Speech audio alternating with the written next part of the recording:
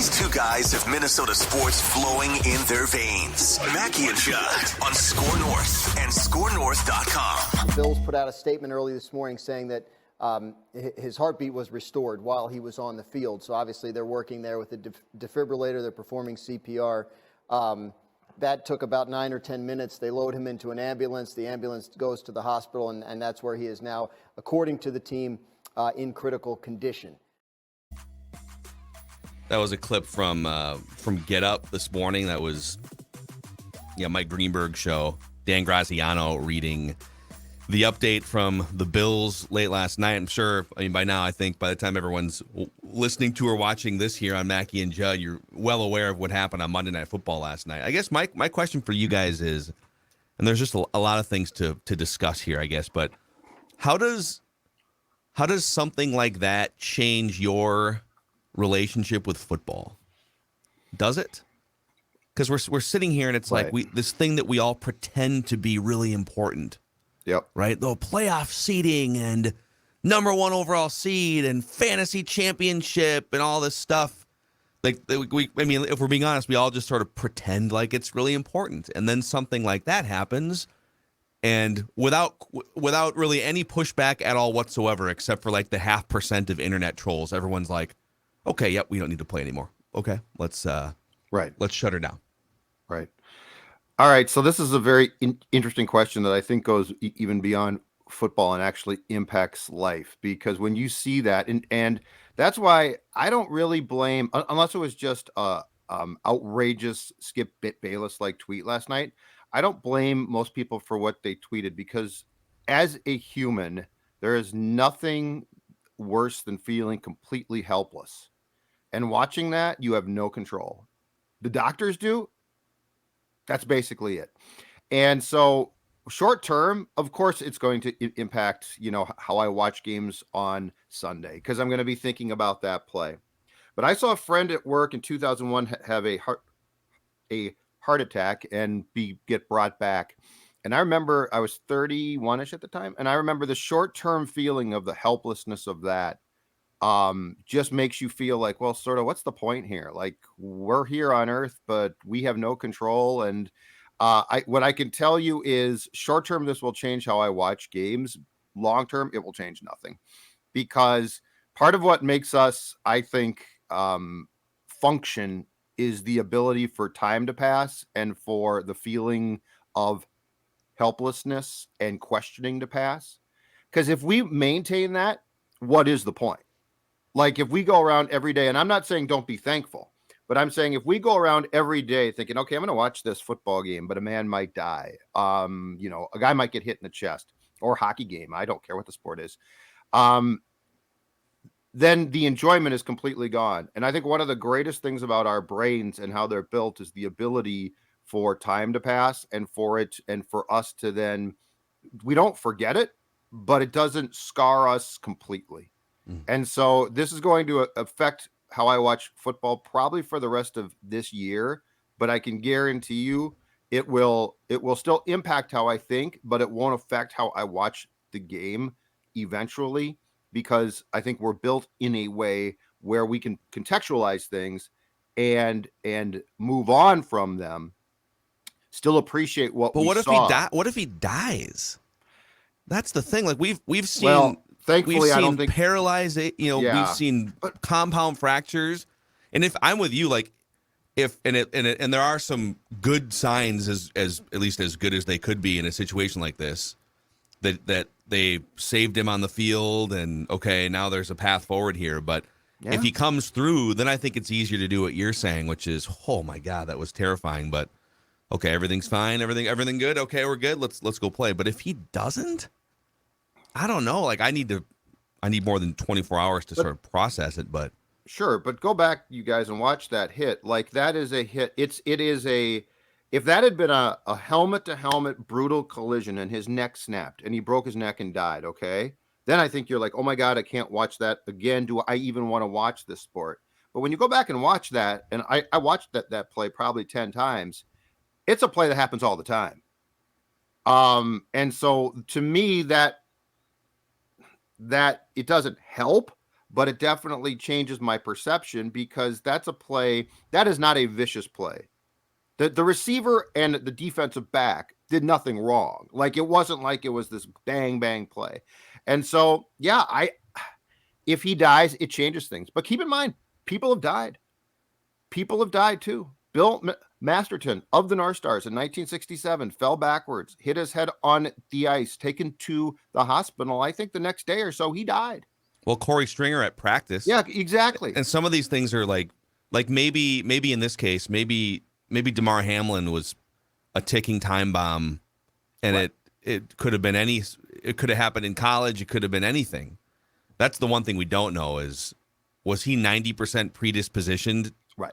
Where this was going to happen at some point before he turned 30 years old. Yes. It's just, I don't know. Dex, you've been a football fan. You've had your own.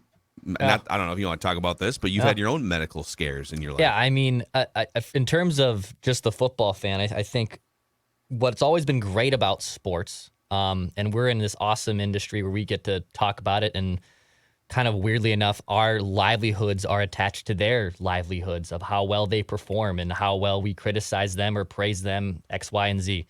And typically, sports have always been this area where we can kind of go back to heal and we can kind of go back to forget. I think of a kid, I was too young to really grasp it, but I think of 9/11 when baseball came back and the Mets played. I think about when baseball came back during COVID as the first big thing during COVID of such a much needed distraction. Then football came back, etc.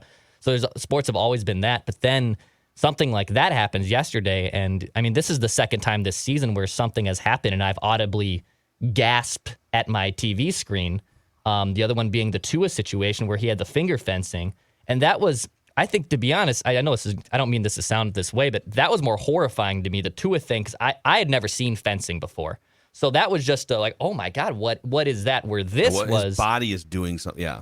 Where the Hamlin injury was, oh my God. I mean, you could just tell by the way, because you've seen guys get woozy and fall back. This was a clear collapse. Like he fell back. We all saw it, and that was pretty terrifying because now it's not just a livelihood for him. This is his life. And when Ryan Clark says, we're gonna go out there and this is life or death. This is football. It's not. There's a job to do, and the fact that you can think that you're gonna die on this football field and have that mindset, to me is pretty crazy.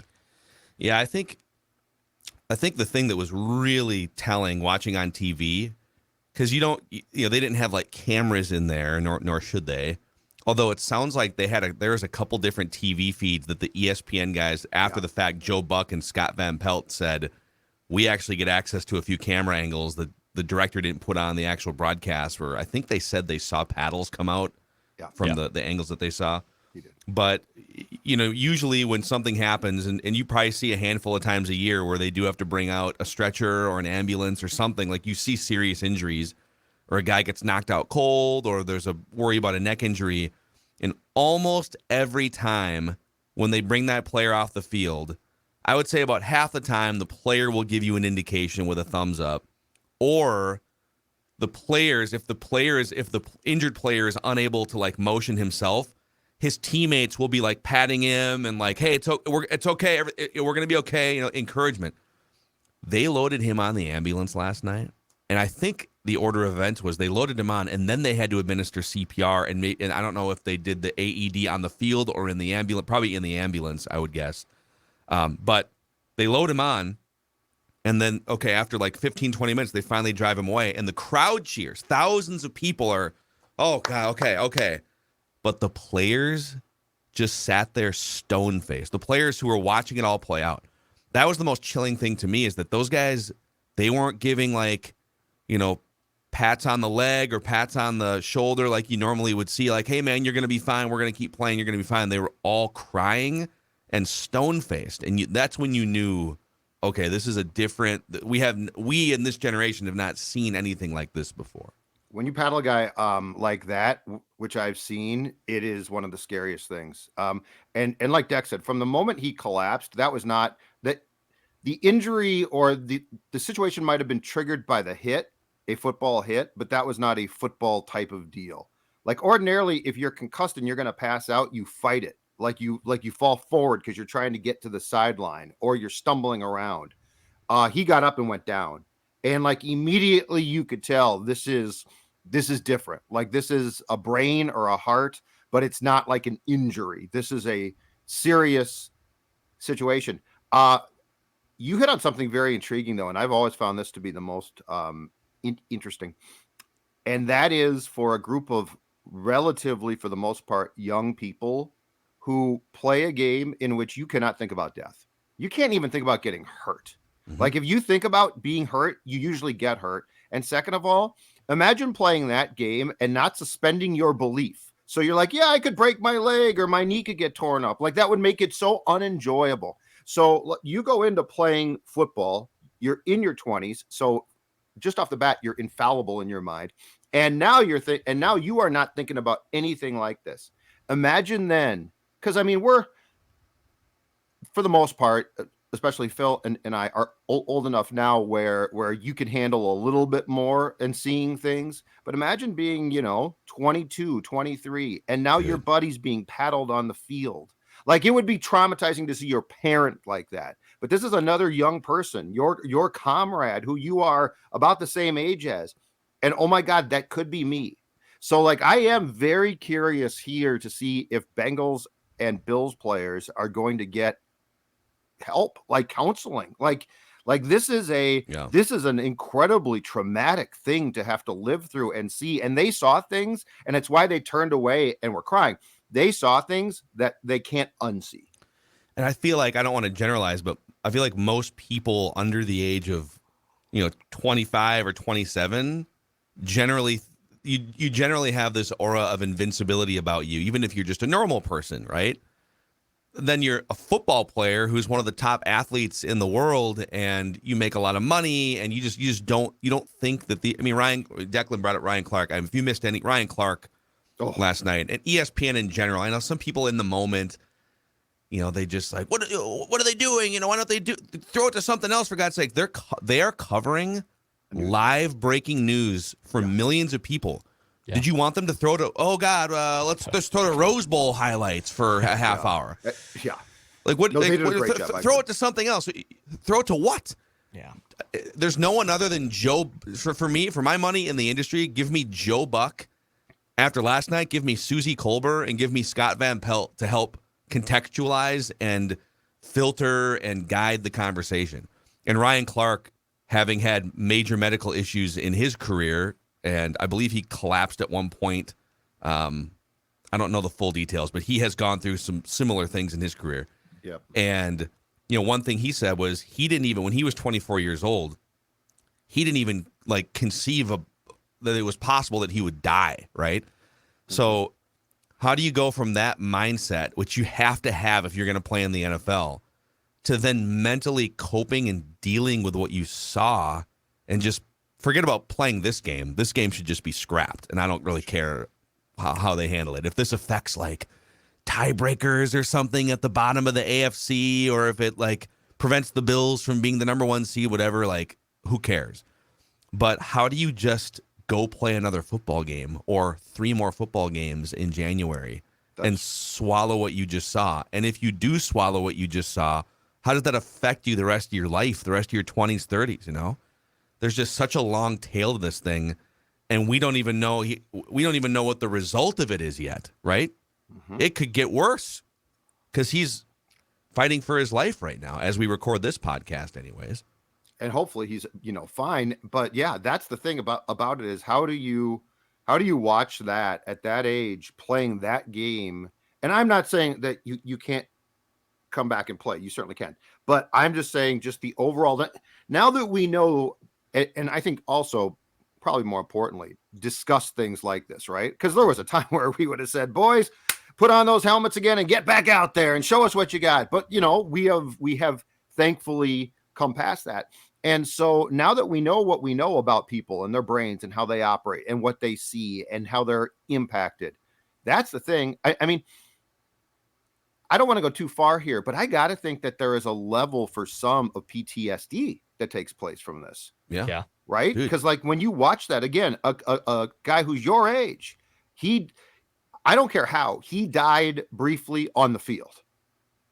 So yeah, and you're playing a brutal sport. Like you're playing a sport where you're afraid of concussions and things like that, which are bad enough. And now a guy's heart stopped and we don't know exactly why.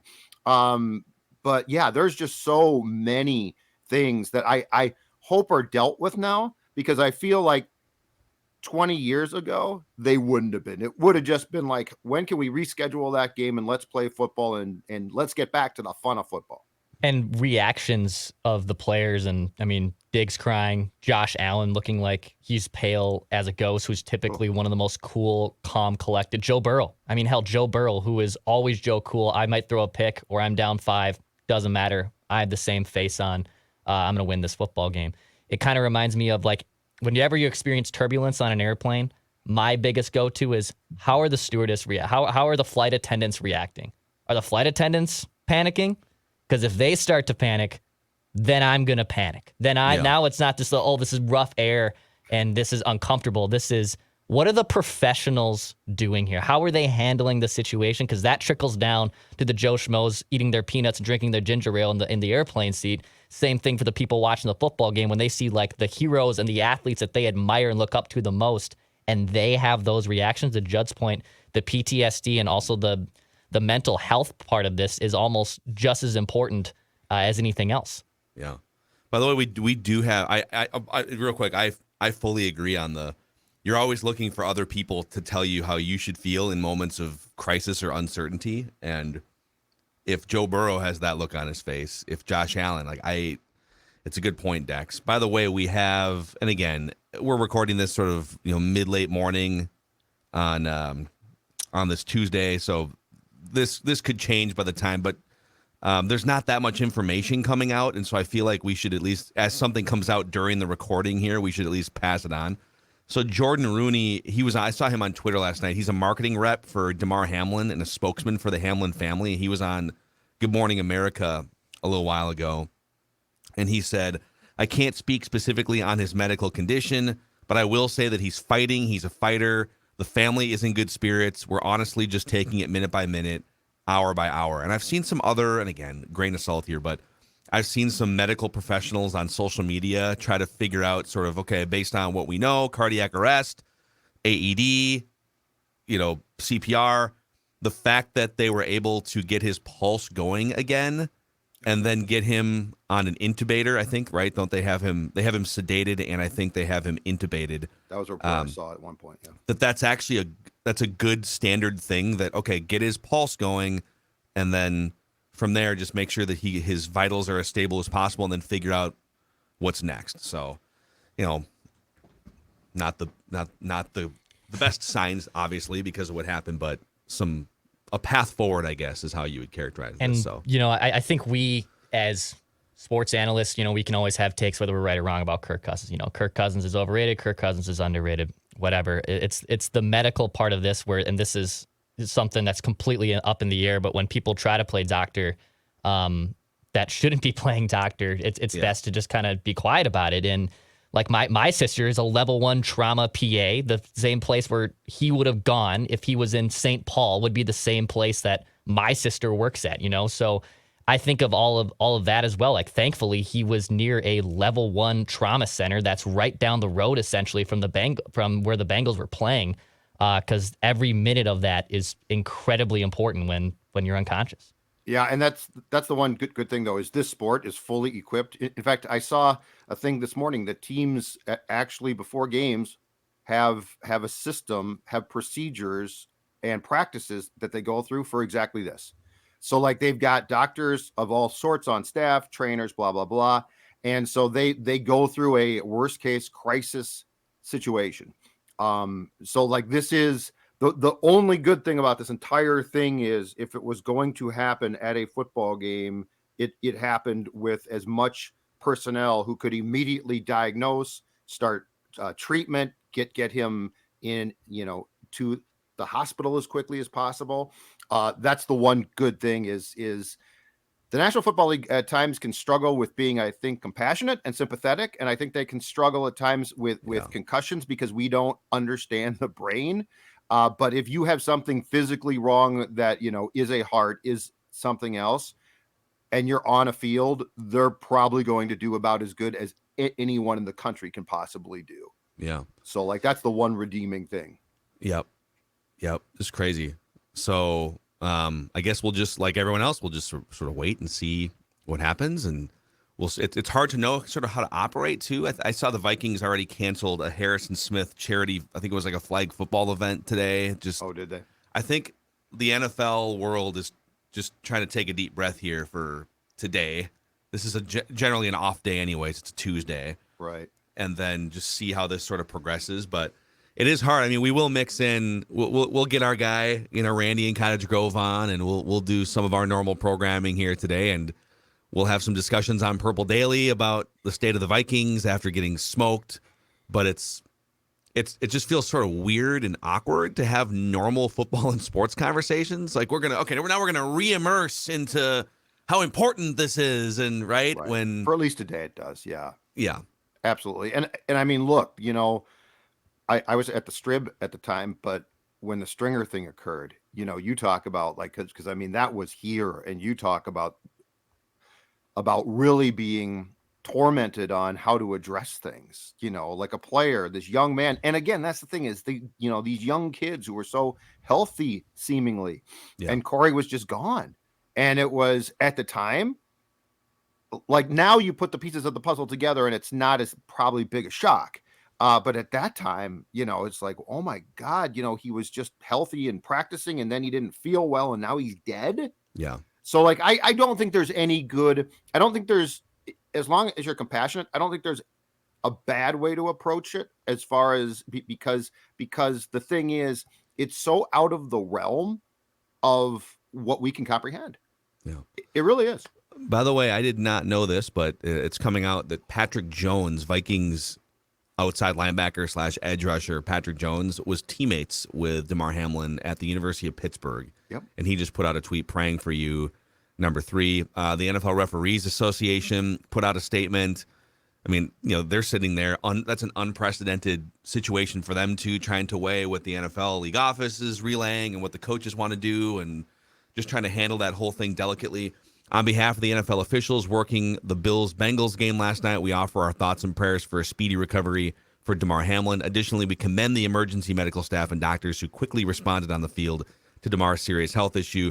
Like the players and coaches, our officials fully supported the suspension of this game as all attention needed to be focused on Damar's health.